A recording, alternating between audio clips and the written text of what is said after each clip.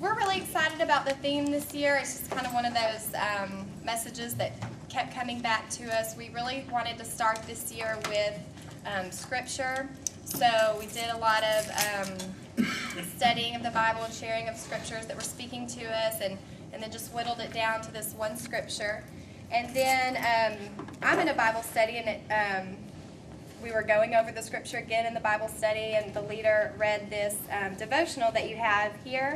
And this is something you can just use for your own personal devotional, or you can share it with your small group. And I'm just going to share that with y'all. It's kind of an introduction to our theme. It says, God holds out the possibility of transformation. One day when the human race had not heard a word of hope for a long time, a man named Moses walked past a shrub. He had seen it there before, perhaps 100 times, only this time it was different. This time the turn comes. This time the wardrobe opens into Narnia. This time the bush is on fire with the presence of God. And Moses said, I must turn aside and look at this great sight and see why the bush is not burned up. Everything turned on Moses being willing to turn aside, to interrupt his daily routine to pay attention to the presence of God. He didn't have to. He could have looked the other way, as many of us would. He would have just missed the Exodus, the people of Israel, his calling, the reason for his existence, and he would have missed knowing God. But he didn't miss it. He stopped, and he turned aside. God said he wanted to begin a new community of human existence, and he wanted Moses to lead it. He wanted Moses to go to Pharaoh, the commander-in-chief of a superpower, and tell him that his vast Israelite labor force is no longer available. But God's sense of timing seemed strange to Moses. 40 years ago, maybe. 40 years ago, he was young and strong and the product of the greatest education in the advanced civilization of Egypt could produce. 40 years ago, he had powerful connections and high hopes.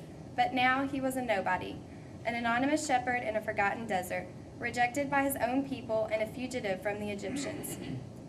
Who am I that I should go to Pharaoh? Moses asked. Nobody knows me. I am slow of speech and slow of tongue. I am disappointed in myself. I am what I am. God said to Moses what he has said to you and me and millions of other Moseses. I know all about that. It doesn't really matter, for I will be with you. Your guilt and your inadequacies are no longer the ultimate truth about you. You are what you are, but you are not yet what you will be. I will be with you. To which Moses responded, logically enough, Who are you? What if I go to the people and tell them, the God of our fathers has sent me, and they ask me his name? What should I tell them?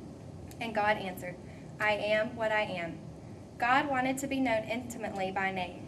This same God had already been active in human history, ready to transform anyone then or now who is willing to turn aside before a burning bush.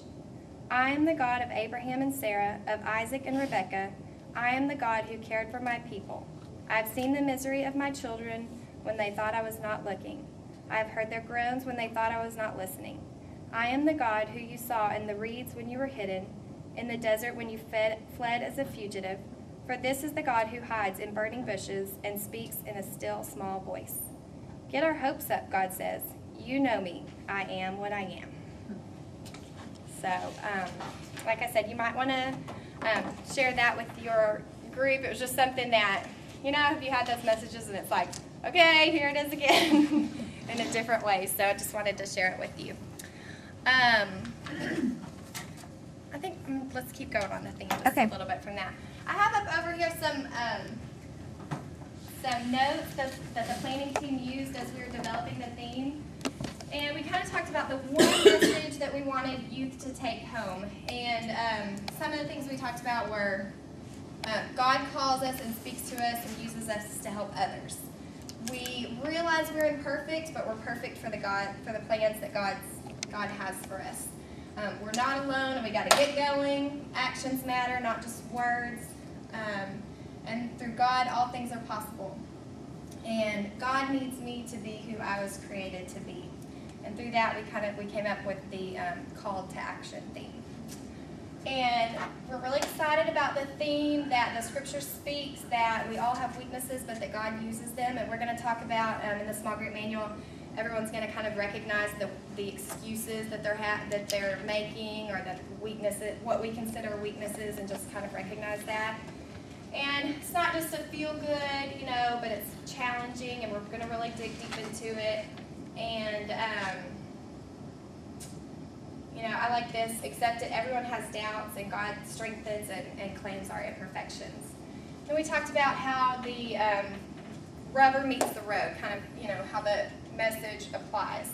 And, you know, similar to this, but just talking about how we respond, not just hearing, but then how do we respond, you know, and knowing how to turn excuses into a source of power.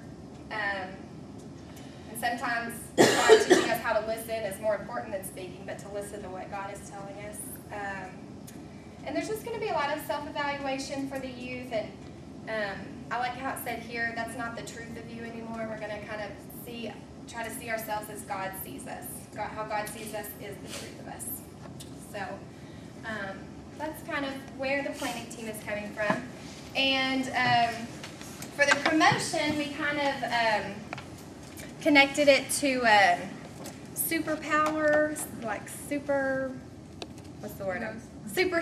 theme. Yeah, the shirt will kind of have that kind of design. And then the telephone goes with answering the call, like Batman telephone kind of. So everyone will have, so you might want to help make those connections. Everyone will have a telephone, and for each group meeting, there's a question that the youth go to the telephone and answer. And it's kind of that, you know, some people trickle in, you know, so it kind of gives people time to be doing something as everyone's gathering. So the first question was, who are you, your full name, and how you got it. So what we'd like to do is just kind of go around and answer the phone and kind of share your answer with us.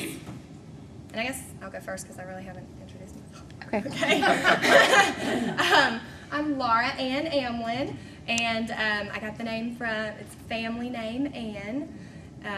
My mother's middle name is Ann, Carol Ann, kind of doing your introduction also. Both of my grandmothers have Ann in their name, and my parents had the name Laura picked out 4 years prior when my brother was born, but that didn't work out.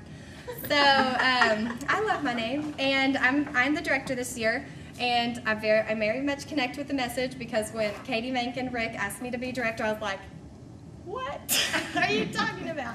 And when Keith, the keynote speaker, met with us, we went to dinner one night, he was like, so did you just kind of create this for yourself, Laura, this whole weekend just for yourself? No, but I do connect with it, so.